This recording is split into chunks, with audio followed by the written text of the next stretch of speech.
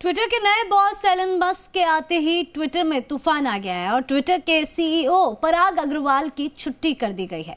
वहीं आपको बता दें कि मुख्य वित्त अधिकारी को भी हटा दिया गया है। और क्या है पूरी खबर, आइए जानते हैं। एलन मस्क दुनिया की सबसे बड़ी माइक्रो ब्लॉगिंग साइट ट्विटर के नए बॉस क्या बने, कंपनी में भूचाल ही आ गया। एलन मस्क ने आते ही तानाशाही शुरू कर दी। ट्विटर में बड़े पदों पर बैठे भारतीय लोगों को टारगेट करते हुए उन पर गाज गिरा दी। ट्विटर को नई ऊंचाइयों तक ले जाने में अहम भूमिका निभा रहे भारतीयों को उन्होंने कंपनी से बाहर का रास्ता दिखा दिया। ट्विटर के सीईओ पराग अग्रवाल की छुट्टी कर दी गई है। ट्विटर के सीएफओ नेड सेगल को भी हटा दिया गया है।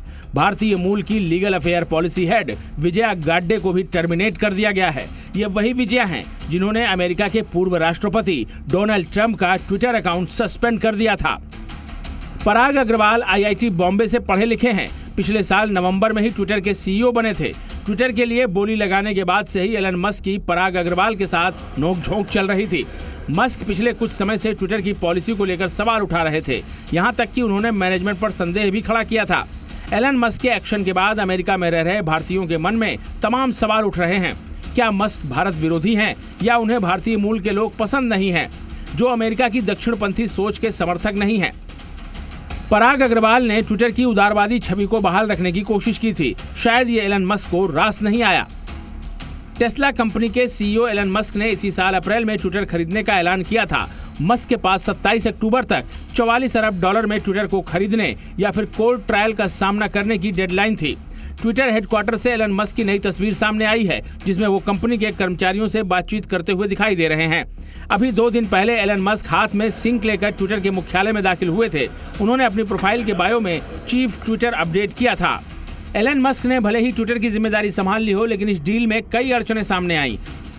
जुलाई में मस्क ने ऐलान किया कि वो अब ट्विटर नहीं खरीदना चाहते, जिसके बाद मामला अदालत की चौखट तक पहुंच गया।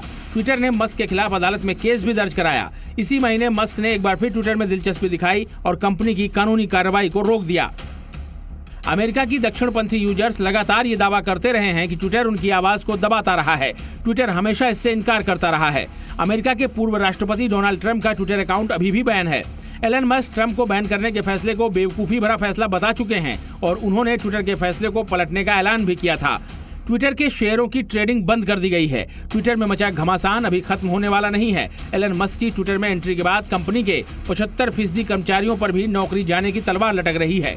ट्विटर में मचे घमासान के बीच सोशल मीडिया में एक मीम भी वायरल हो रहा है, जिसमें एलन मस्क को चीन के राष्ट्रपति जिनपिंग और पराग अग्रवाल को पूर्व राष्ट्रपति हू जिनताओ के रूप में दिखाया गया है। अभी हाल ही में चीन में जिनपिंग की ताजपोशी के दौरान हू जिनताओ को सीसीपी की मीटिंग से बड़ी बेइज्जती के साथ बाहर निकाल दिया गया था। ब्यूरो रिपोर्ट, जी मीडिया।